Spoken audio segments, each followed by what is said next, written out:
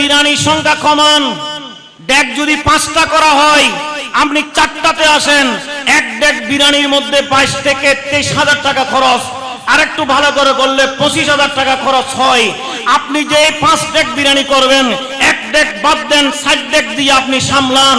এক ডেকের টাকা দিয়ে বই কিনেন, বই আকীদার বইগুলো কিনেন। আমাদের শিক্ষিত সমাজ, তরুণ সমাজ, আমাদের স্কুল কলেজ মাদ্রাসায় যে সন্তানরা লেখাপড়া করে, আমরা তাদেরকে একটা বই হাতে দিতে পারি না। আমরা তাদেরকে বিরিয়ানির প্যাকেট দেওয়ার স্বাচ্ছন্দ্য বোধ করি, কিন্তু এক একটা বই দেওয়ার চেষ্টা করি না।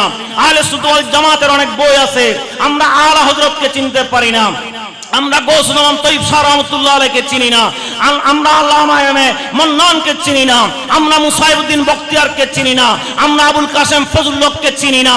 যেই সমস্ত বড় বড় উলামায়ে কেরামরা, বড় বড় স্কলার, ইসলামী পণ্ডিতরা আমাদের জন্য বাংলায় সহজ করে দিয়েছেন, সেই সমস্ত ব্যক্তিগুলোর বই কালেকশন করেন।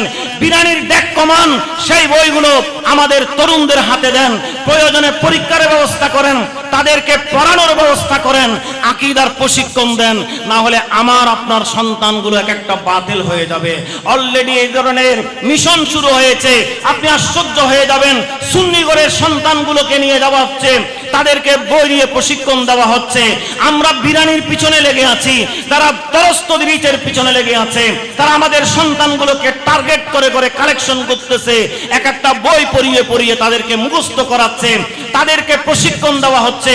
তুমি এতদিন পর্যন্ত যে হুসাইনি বলেছ, এটা সত্য নয়। তুমি ওলি আল্লাহর কথা বলেছ, এগুলো ভণ্ডামি, এটা হয় সেটা হয়, এই ধরনের প্রশিক্ষণ দেওয়া হচ্ছে।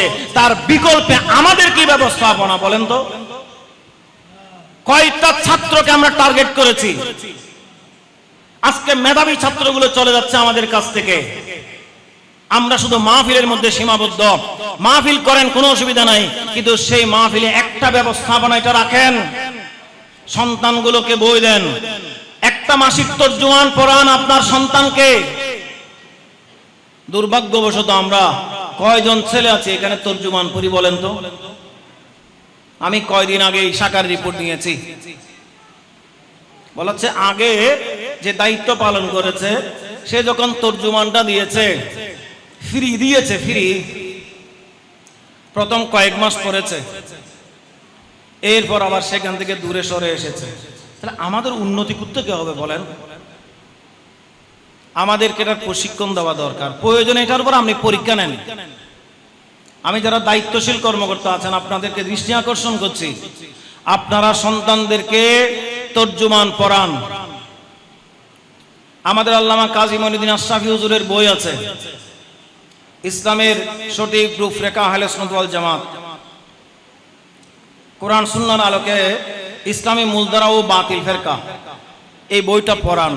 আমরা যাদেরকে বাতিল বলি, কেন বাতিল বলি, এই বিষয়টাকে আমাদের জানা থাকতে হবে। আচ্ছা, কেউ মিলাদুন নবী সাল্লাল্লাহু আলাইহি ওয়াসাল্লাম উদযাপন করে, কেউ করে না, এই জন্য আপনি কাফের ফতোয়া দিতে পারবেন বলেন? কেউ মিলাদ কিয়াম করে আর কেউ মিলাদ কিয়াম করে না, এটা মুস্তাহাব কাজ, এটার জন্য আপনি কুফরি ফতোয়া দিতে পারবেন? আমরা যাদেরকে বাতিল বলতেছি, কেন বাতিল বলি, কেন আমরা তাদের পিছনে নামাজ পড়ার জন্য উৎসাহিত করি না কেন? যখন আকীদার প্রশ্ন আসে, যখন সে কিতাবের মধ্যে লিখেছে আল্লাহ মিথ্যা বলতে পারেন, আল্লাহ ওয়াদা খেলাফ করতে পারেন, বইয়ের নাম কি? ভিত্তিহীন প্রশ্নাবলীর মূলোৎপাটন। এই বইটা যে লিখেছে, যে মৌলবী লিখেছে, সেই যখন প্রথম পৃষ্ঠায় লিখেছে এইভাবে, আল্লাহ মিথ্যা বলতে পারেন কিন্তু বলেন না, আল্লাহ ওয়াদা খেলাফ করতে পারেন কিন্তু করেন না, এই বিষয়গুলোর কারণে আমরা তাদের বিরোধিতা করি। ঈদে মিলাদুন নবী সাল্লাল্লাহু আলাইহি ওয়াসাল্লাম উদযাপন যদি না করে, তাকে আমি কুফরি ফতোয়া দেওয়ার সুযোগ নাই। সে যদি মিলাদ কিয়াম না করে, তাকে আমার কুফরি বলার সুযোগ নাই। এটা মুস্তাহাব কাজ। সে উরস পালন করে না, তাকে কাফের বলার কোনো সুযোগ নাই। এটা মুস্তাহাব কাজ। কিন্তু আকীদার বিষয়ে যখন গোলমাল হয়, আকীদা যখন বিষয় আসে, তখন সেখানে আমাকে তার কুফরি ফতোয়া দিতে হয়। কারণ সে যখন বলে যে আল্লাহ মিথ্যা বলতে পারেন, আমরা কয়জন আছি এই বিষয়গুলো জানি বলেন তো? আমরা যখন বইয়ের মধ্যে পড়ি যায় নবী, আমাদের নবী মরে মাটির সাথে মিশে গেছেন, আমরা তাদেরকে তখন বাতিল বলি। এই বিষয়গুলো আমাদের জানা থাকতে হবে। আমি আপনাদেরকে একটা প্রশ্ন করি, এখানে যারা বসছেন বেয়াদবি নেবেন না। আচ্ছা, আমরা গৌসুল আজম বলি না? বলি তো? গৌসুল আজম দস্তগীর বলি, গৌসুল আজম মাইজভান্ডারি বলি। আচ্ছা, আমি যদি এখন আপনাদেরকে বলি গৌসুল আজম, গৌস মানে সাহায্যকারী, আজম মানে বড় মহান, তো বড় সাহায্যকারী তো আল্লাহ, আপনি বান্দাকে বলতেছেন যে গৌসুল আজম, এটা তো শিরিক।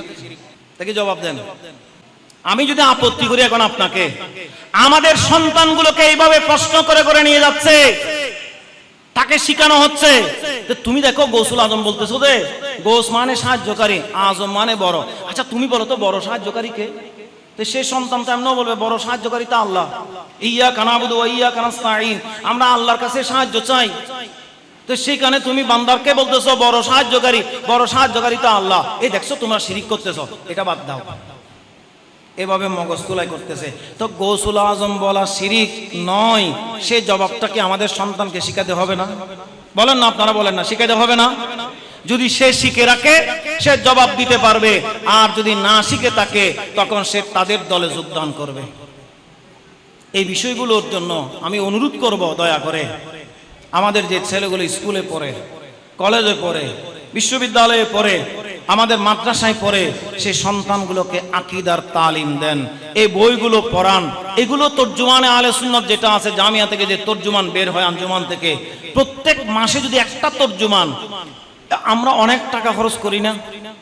একটা চা খেতে গেলে সৌমনি বাজার একটা চার দাম কত? 10 টাকা না? একটা চার দাম 10 টাকা। আপনি সেখানে যদি একটা নাস্তা খান আরো 10 টাকা, 20 টাকা, এইভাবে দৈনিক শত শত টাকা আমাদের কাছ থেকে, মাসে শত শত টাকা আমাদের কাছ থেকে যাচ্ছে।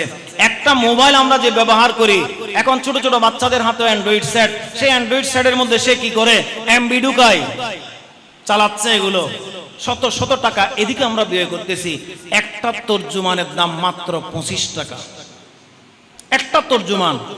এবং আপনি এমবি কিনেছেন, নির্দিষ্ট টাইম হয়েছে, সেটা মেয়াদ চলে গেছে, সেটা শেষ, অথবা সেটা আপনি শেষ করেছেন, চলে গেছে।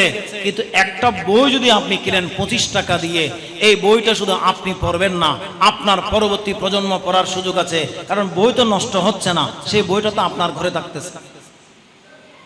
কেউ না কেউ সেখান থেকে আকীদা শিখবে, সে বইটা পড়বে।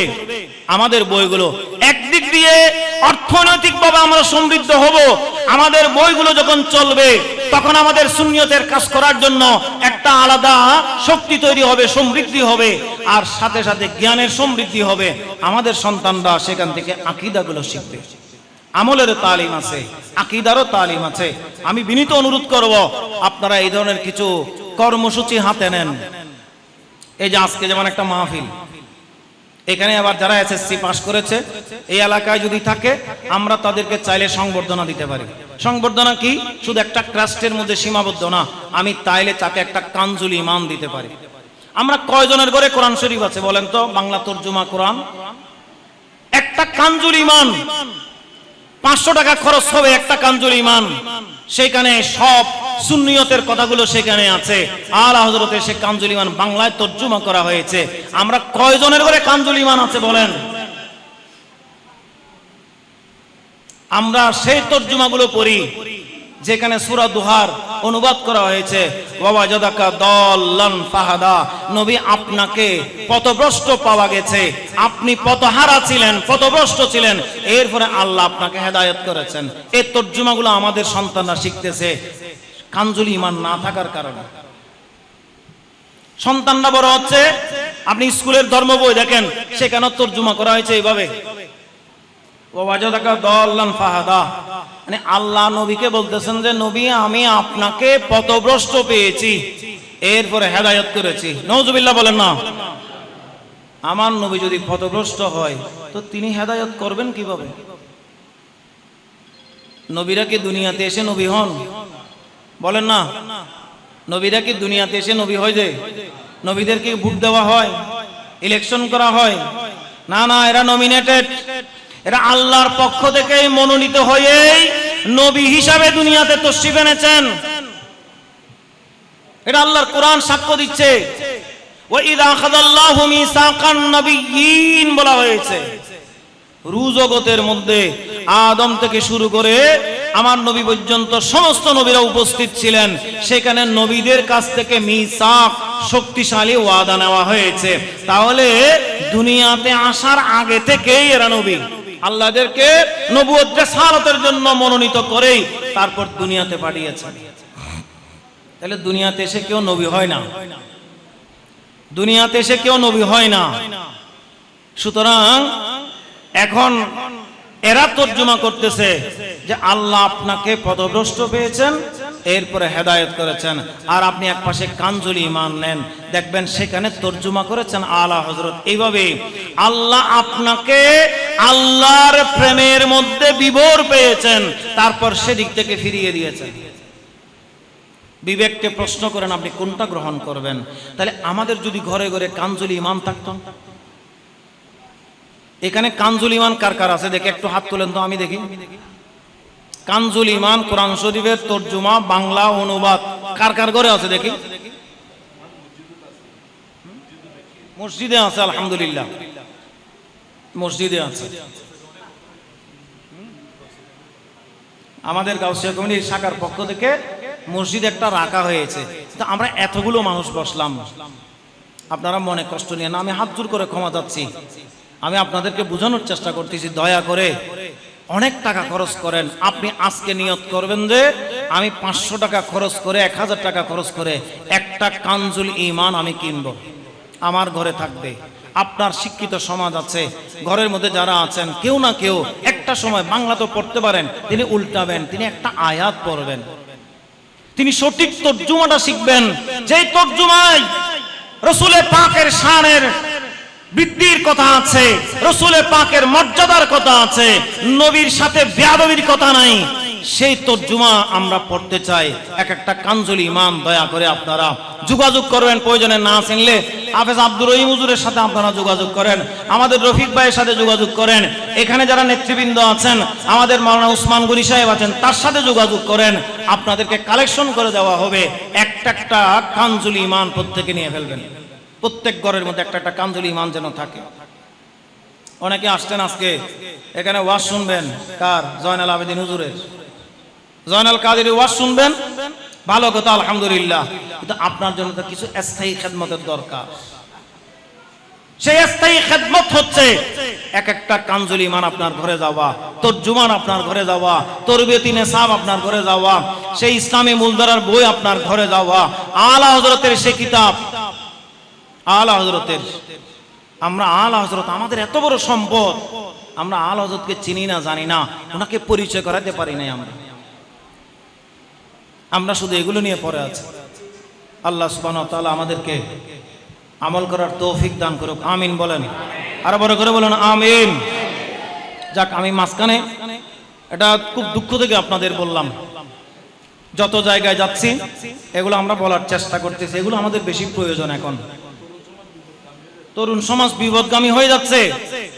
আলহামদুলিল্লাহ, আজকে আমরা ফটিকছড়ির 26টা প্রতিষ্ঠানের 170 জনকে বই দিয়েছি, যেগুলো স্কুলের মাদ্রাসার সবচাইতে মেধাবী ছাত্র, তাদের কাছে আমরা বই পৌঁছে দিয়েছি আলা হযরতের। এটার উপর আজকে পরীক্ষা নিয়েছি 50 নম্বরের, এবং আর্থিকভাবেও কিতাবপত্র দিয়েও সবাইদেরকে আমরা পুরস্কৃত করার চেষ্টা করেছি।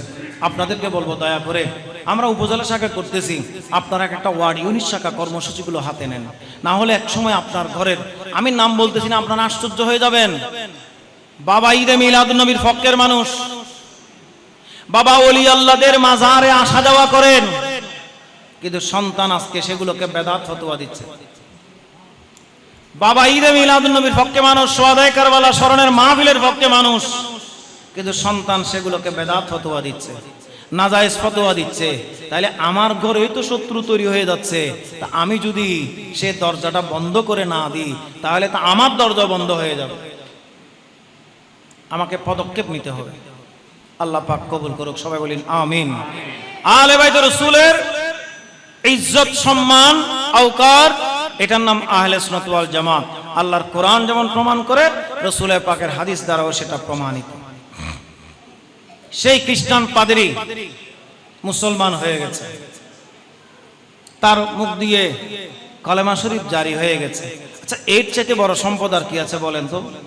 যে দুনিয়া ছেড়ে দিয়েছে তার জবান দিয়ে কলমা জারি হয়ে গেছে আওলাদ রাসূলকে তাজিম করার কারণে। বড় করে বলুন সুবহানাল্লাহ।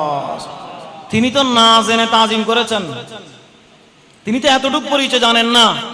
উনি বললেন আমার কাছে আমি যখন গির্জাতে বসা ছিলাম হঠাৎ করে দেখতে পেলাম আমার এক পাশের দেওয়ালটা ওইখানে এটা কত বড় অত্যাচারী, এত সুন্দর চেহারা বিশিষ্ট, যেই চেহারাকে আমার নবী চুমু দিয়েছেন, যেই স্যার মুবারকটাকে আমার নবী তাজিম করেছেন, আজকে সেটাকে জালেমরা বিচ্ছিন্ন করে দিয়েছে শরীর থেকে, সেটাকেই বর্ষার মাথায় বিদ্ধ করে তারা অপমানিত করে নিয়ে যাচ্ছে। উনি সিদ্ধান্ত নিলেন আমার যখন মহব্বত চলে এসেছে আমি সিদ্ধান্ত নিয়ে নিয়েছি ওনাকে একটু তাজিম করতে পারে কিনা দেখি, ওনাকে একটু সম্মান দিতে পারে কিনা দেখি। আল্লাহর দরবারে সেটা কবুল হয়ে গেছে। সকাল হতে না হতে ওনার কালেমা শরীফ জারি হয়ে গেছে। বড় করে বলুন সুবহানাল্লাহ। তাজিম আহলে বাইত। দেখেন আল্লাহর একটা হিকমত আছে। ময়দানে কারবালায় সবাই শাহাদাত বরণ করেছেন, কিন্তু আমার সাইয়েদনা ইমাম হুসাইন রাদিয়াল্লাহু সন্তান ইমাম জয়নুল আবেদিন রাদিয়াল্লাহু তাআলা উনি বেঁচে ছিলেন। প্রচন্ড জ্বর এসেছে, অসুখ হয়েছে। ইমাম হুসাইন রাদিয়াল্লাহু সঙ্গী যারা ছিলেন, দেখেন হুসাইনি কাকে বলে? 9 তারিখ দিনগত রাত, 10ই মুহররমের যেটা রাত, আগামীকাল শুক্রবার জিহাদ শুরু হয়ে যাবে। হুসাইনি কাকে বলে? মাওলানা ইমাম হুসাইন রাদিয়াল্লাহু আনহু ওনার সঙ্গী সাথী যারা আছেন, পরিবার যারা আছেন, সবাইকে বসালেন, ডাকলেন এক জায়গায় যে আমি আমার নবী আমার নানা জান 50 বছর আগে আমাকে যেটা বলে গেছেন আমি সেটাই দেখতে পাচ্ছি। আগামীকাল তারা আমাকে শহীদ করবে। তো তাদের টার্গেট হচ্ছে শুনো আমি এক ইমাম হুসাইন। তোমরা যারা আমার সাথে এসেছো তোমাদের তাদের কোনো আক্রোশ, কোনো আক্ষেপ তোমাদের উপর নাই। আমি তোমাদেরকে অনুমতি দিচ্ছি, তোমরা আমাকে ছেড়ে সবাই আপন আপন গন্তব্যের দিকে চলে যেতে পারো। দেখলেন কোনো নড়াচড়া নাই, কারণ এরা হুসাইনি। এরা কি হুসাইনি? এরা নড়ে না। তুফান আসুক, ঝড় আসুক, বাতাস আসুক, হুসাইনিরা নড়াচড়া করে না। হুসাইনিরা ঈমান বিক্রি করে না। প্রকৃত হুসাইনি কারা সেটাই পরিচয় দিচ্ছেন। দেখেছে একজনও নড়াচড়া নাই। তখন সেদিন ইমাম হুসাইন রাদিয়াল্লাহু আনহু বললেন আমি বুঝতে পেরেছি হয়তো কারো কারো লজ্জা লাগতে পারে, আমি দেখি মতো কেউ হয়তো তাবু ত্যাগ করবে না, আমি তাবুর লাইটগুলো নিভিয়ে দিচ্ছি। উনি তাবুর লাইট নিভিয়ে দিলেন। কিছুক্ষণ হয়ে গেল, তাবুর লাইট জ্বালানো হলো। দেখে যে যেই মানুষরা ইমাম হুসাইন রাদিয়াল্লাহু আনহুর সাথে সেখানে সঙ্গী হয়ে গিয়েছেন এরা একজনও এক চুল পরিমাণ নড়াচড়া করেন নাই। বড় করে বলুন সুবহানাল্লাহ। এরাই হুসাইনি। প্রকৃত হুসাইনি এদেরকে বলা হয়। ওনারা বলে দিলেন এই মাওলানা ইমাম হুসাইন আপনাকে ছেড়ে ময়দানে কারবালায় যদি আমি শত্রুদেরকে সুপর্দ করে আমরা যদি এখান থেকে বিদায় নিয়ে চলে যাই, কাল কিয়ামতের ময়দানে আমার নবীর সামনে কিভাবে মুখ দেখাবো? নবী যদি জিজ্ঞেস করে এই আমার উম্মত আমার ইমাম হুসাইনকে ময়দানে কারবালায় জালেমদেরকে তুলে দিয়ে তোমরা কিভাবে চলে এসেছো, সেই জবাবটা আমরা দিতে পারবো না। আমাদের জীবন আগে যাবে, তারপর আপনি শহীদ হবেন। বড় করে বলুন সুবহানাল্লাহ। আগে আমরা শহীদ হব, একে একে আমরা শহীদ হব, তারপর আপনি শহীদ হবেন। আপনাকে ছেড়ে দেওয়ার কোনো সুযোগ আমাদের নাই। আমরা আপনাকে ছেড়ে যাব না। আপনার জন্য ময়দানে কারবালায় আমরা শাহাদত বরণ করব। আমার ইমাম হুসাইন বললেন তোমরাই প্রকৃত হুসাইনি। বড় করে বলুন সুবহানাল্লাহ। সিটিংয়ে বাটফারি করে নাই।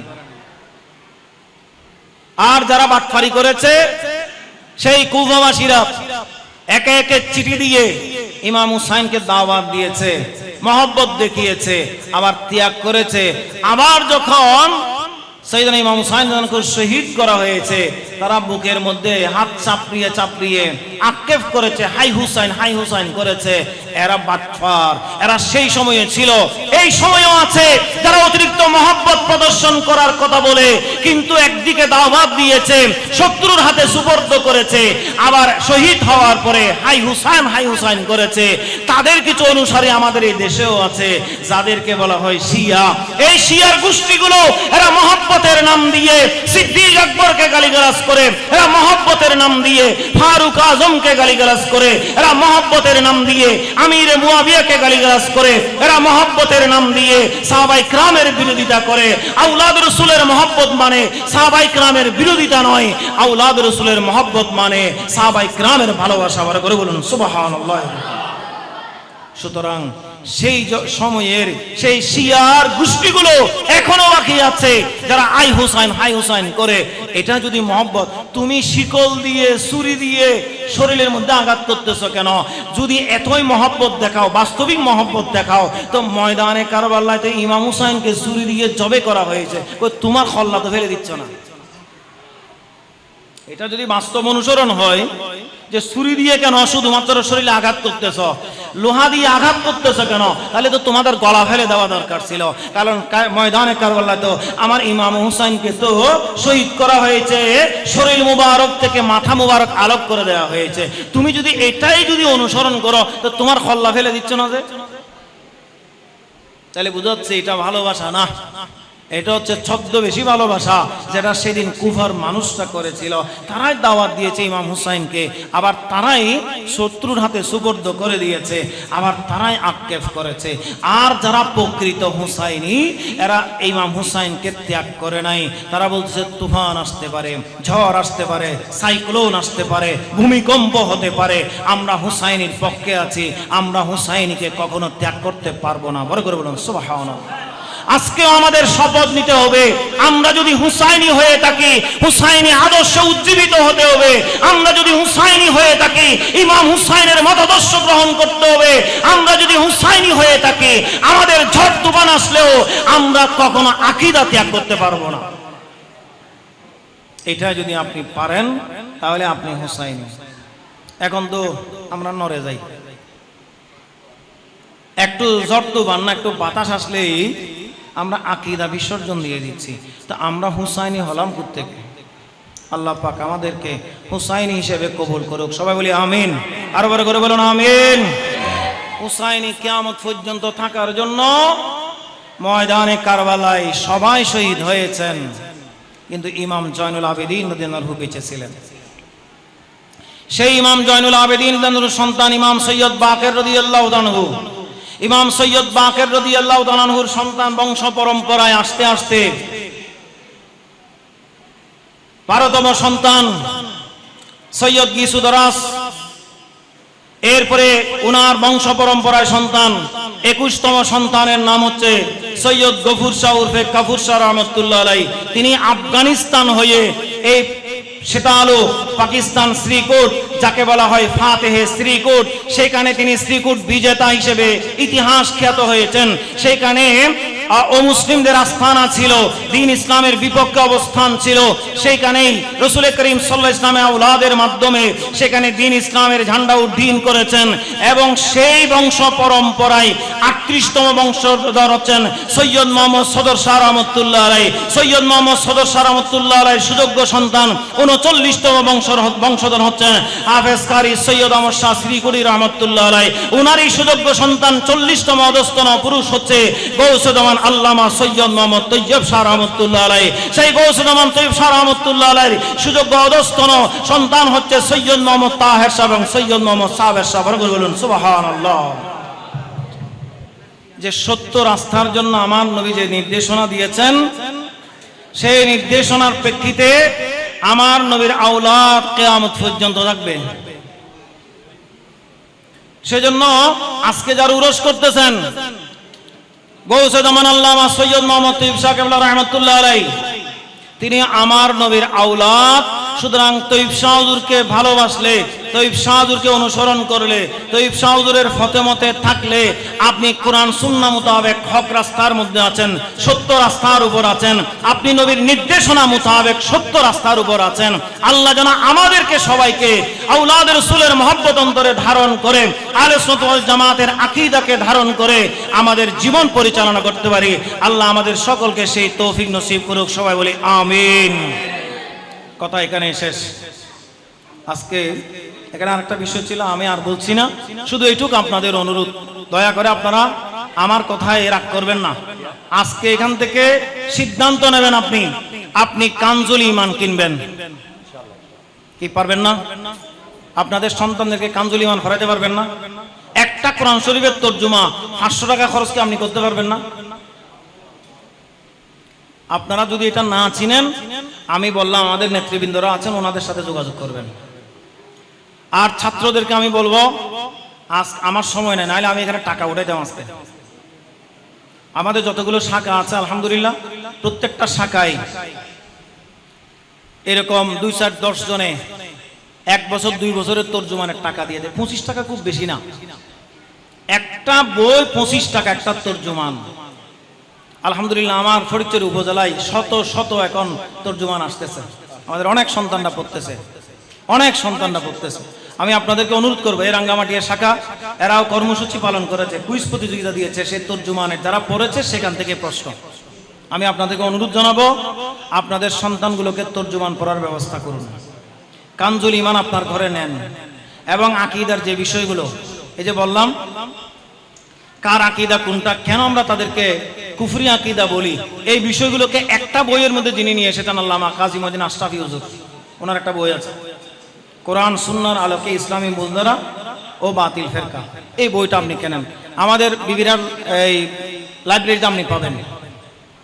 বিবিরাট বইঘর আছে না, দরকার ওটা বইঘর, আমাদের জোরবাইয়ের দোকান, ওই দোকানটাতে আমাদের মঈনুদ্দিন স্যার এখানে কালেকশন করে রেখেছেন। আপনারা দয়া করে সেখান থেকে একটা বই কিনেন। আমাদের তরুণ, আমাদের যে ছাত্রগুলো আছে, আমাদের যে ছাত্রীগুলো আছে, আপনারা আশ্চর্য হয়ে যাবেন, এই বাড়িতে ঢুকে যাবে কয়দিন পর, ঘরে ঘরে ঢুকে যাচ্ছে। এদেরকে আমাদের বাঁচাতে হবে, তাদেরকে আমাদের বইগুলো পড়াইতে হবে, আকীদার তালিম দিতে হবে, তাহলে আমাদের পরিবার ঠিক থাকবে। না হলে বাফে ফুতে ঝগড়া লাগবে, বাফে ফুতে।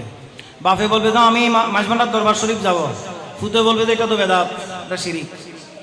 বাপে বলবে যে 12ই রবিউল আউয়াল শরীফ ঐতিহাসিক জশ্নে জুলুসে যাব, সন্তান বলবে যে এটা তো বেদাত, এটা রাসূলের যুগে ছিল না, সে দেখবে ফতোয়াবাজি শুরু করে দিছে। তাহলে ঘরে ঘরে বাপের সন্তানে ঝগড়া লেগে যাবে, আমরা যদি সাবধান না হই। আল্লাহ আমাদের বোঝার তৌফিক দান করুক, আমিন।